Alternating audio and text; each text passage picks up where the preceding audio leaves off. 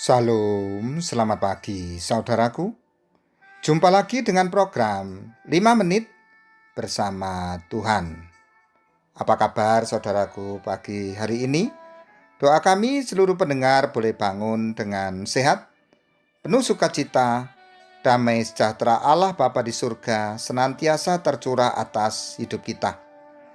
Saudaraku yang dikasihi Tuhan, pagi hari ini kita akan belajar dan terus belajar akan kehendak Tuhan dalam kehidupan kita. Orang percaya disebut orang yang beriman. Kita akan membaca satu bagian kebenaran firman Tuhan yang tertulis di dalam kitab Ibrani pasal 12 ayat 14, demikian sabda Tuhan.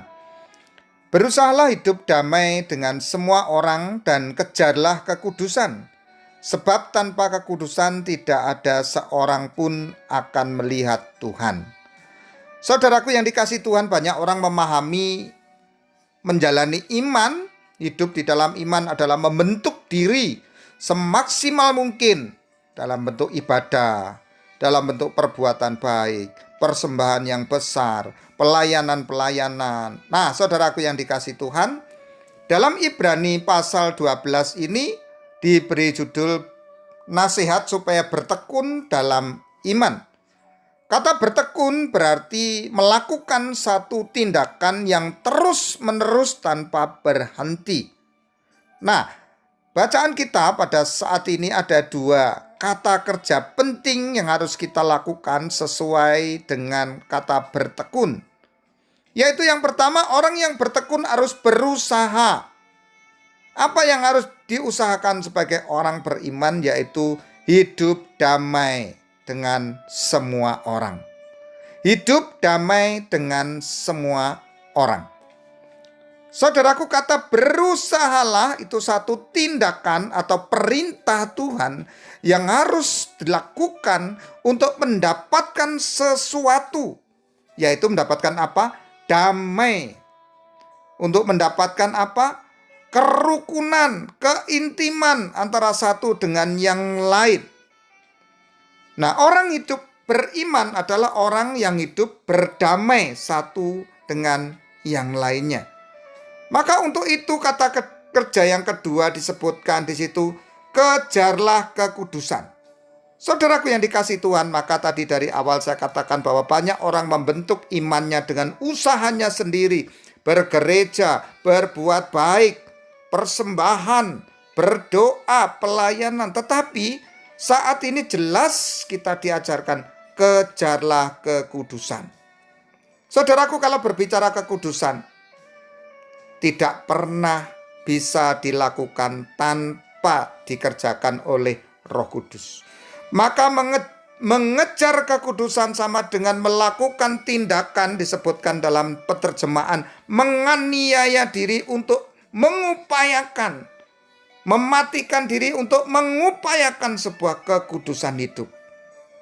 Kenapa? Karena jika kita tidak mengalami kekudusan, kita tidak bisa melihat Tuhan. Saudaraku yang dikasihi Tuhan, hari-hari ini banyak pergumulan, banyak permasalahan di pemerintahan bangsa negara kami. Banyak permasalahan di antara orang-orang percaya. Banyak orang sakit, banyak orang meninggal. Kenapa? Karena memang sedang ada pandemi. Dan banyak dievaluasi bahwa orang yang meninggal karena ketakutan, karena kekecewaan, karena kegelisahan yang sangat dalam. Nah, jika kita belajar dari firman Tuhan ini, mengejar kekudusan, berdamai dengan orang lain, berdamai dengan diri sendiri, terlebih berdamai dengan Allah, membawa kita ada di dalam sukacita. Kenapa? Karena kita bisa melihat Tuhan yang memberikan sukacita itu. Jika kita hidup di dalam Tuhan, pasti kita hidup dalam sukacita itu. Saudaraku yang dikasihi Tuhan, biarlah melalui perenungan pagi hari ini, kita sekali lagi terus berusaha untuk hidup damai.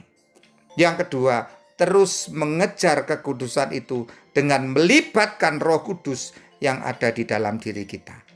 Mari kita berdoa. Terima kasih Tuhan untuk renungan pagi hari ini, meneguhkan kami untuk kami terus belajar menjadi anak-anak-Mu yang serupa dengan Engkau dalam karakter Tuhan. Terima kasih Tuhan, berkati saudara-saudara kami yang saat ini mengalami pergumulan, permasalahan, sakit, penyakit, kesembuhan dari Allah sendiri. Di dalam Tuhan Yesus Engkau nyatakan. Terima kasih Bapa, di dalam nama Tuhan Yesus kami sudah berdoa. Haleluya, amin. Saudaraku diberkati oleh perenungan pagi hari ini. Jangan lupa dukung pelayanan kami dengan klik tombol subscribe, share, dan like, supaya pelayanan ini semakin baik lagi. Akhir kata, tetap semangat, tetap bersukacita, nama Tuhan ditinggikan, Tuhan Yesus memberkati kita.